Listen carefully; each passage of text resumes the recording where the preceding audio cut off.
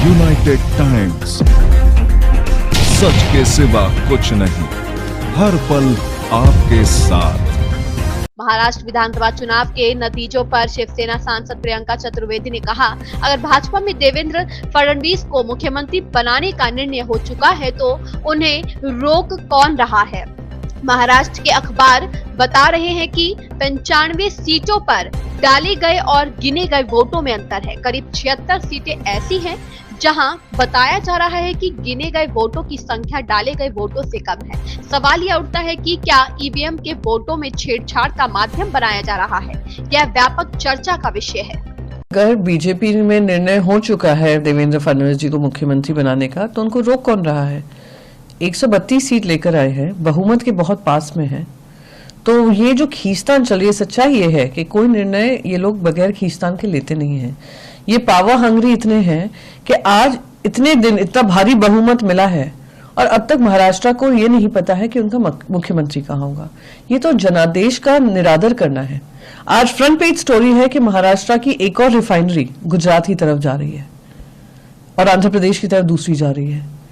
ये मेरे महाराष्ट्र के हित के खिलाफ है। हमारे जो रोजगार के माध्यम बनने चाहिए थे वो दूसरे राज्यों में जा रहे हैं। हर दूसरे राज्य प्रगति करें but not at the expense of my state. ये इसलिए हो रहा है क्योंकि ये लोग अपनी पावर सेटिंग में लगे हुए हैं।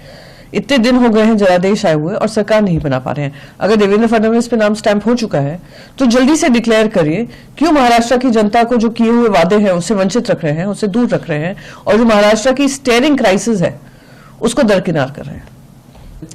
देखिए, जिस तरीके से हरियाणा हो या महाराष्ट्र हो, और महाराष्ट्र में तो बाकायदा अखबार बता रहे हैं कि कैसे 95 assembly seats out of 288 seats 95 assembly seats में जो वोट पोल हुए हैं और जो वोट काउंट हुए हैं उसमें अंतर है। करीब ऐसे 76 सीट्स हैं जो बता रही हैं कि जो वोट पोल हुए हैं उससे कम गिनती की गई है और 19 ऐसे हैं जहां पे जो वोट किए गए हैं उससे ज्यादा गिनती की गई है।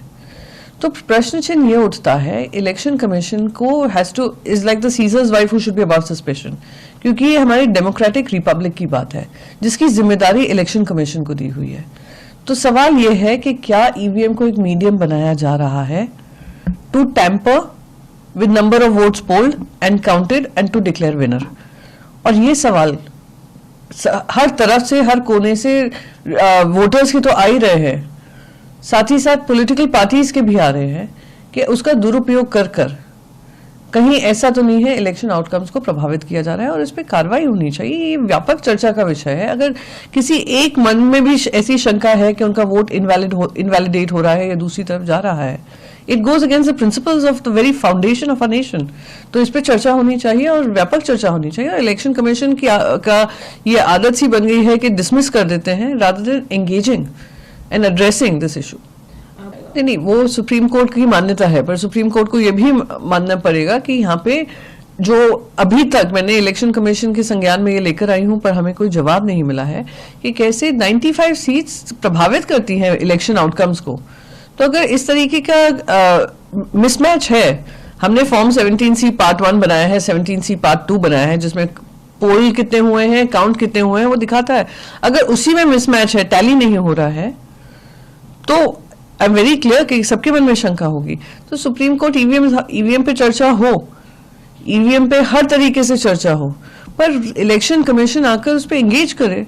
And I am repeating the same argument कि seizures wife should be about suspicion, क्योंकि ये हमारे देश के प्रजातंत्र को लेकर आउटकम होते हैं, तो उस पर चर्चा होनी चाहिए। जब भारतीय जनता पार्टी सत्ता में नहीं थी, एल.के. अडवाणी जी के अंतर्गत एक किताब लिखी गई थी ईवीएम पर, तो सुप्रीम कोर्ट ने पीआईएल को रिजेक्ट किया है। पर supreme court I am sure इस पे अगर व्यापक चर्चा होती, पोली ड्राफ्टेड पीआईएल था क्या था मुझे नहीं पता है, अगर एक व्यापक चर्चा होगी इसके लूपहोल्स भी जनता के सामने आएंगे। बने रहिए हमारे साथ, हमारे चैनल को लाइक करें, सब्सक्राइब करें, बेल आइकन दबाकर कमेंट बॉक्स में कमेंट करना ना भूलें। धन्यवाद।